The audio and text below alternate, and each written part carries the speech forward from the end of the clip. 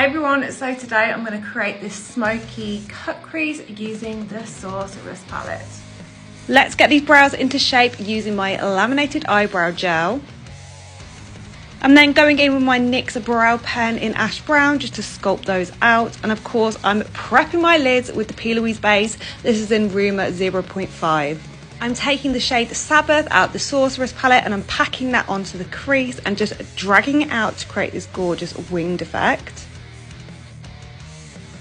Then taking a small fluffy brush, this has got no product on it at all, and just going in and taking my time buffing out that shade. Blacks can be scary, but if you take your time, do it slowly and use the right brushes, you can get a really beautiful smoky effect.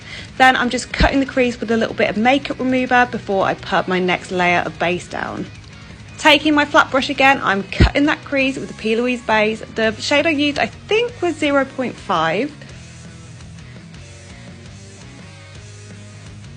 Taking a little bit of Sabbath on that inner corner again, and then going in with my eyeliner on a eyeliner brush and just shading that outer edge in. Just using that eyeliner brush is just going to give a little bit more precision to your work and get that edge really sharp. Now the fun bit, taking Lunar Eclipse on a flat brush, and I'm just packing that into the middle of the eye. I'm just blending it into that Sabbath shade just so you get a really nice 3D effect on the lid, and then going in with my Infinity eyeliner and smudging it into some shadow underneath, a little bit of mascara, and yeah, that's the look pretty much done. It looks complicated but it's really simple.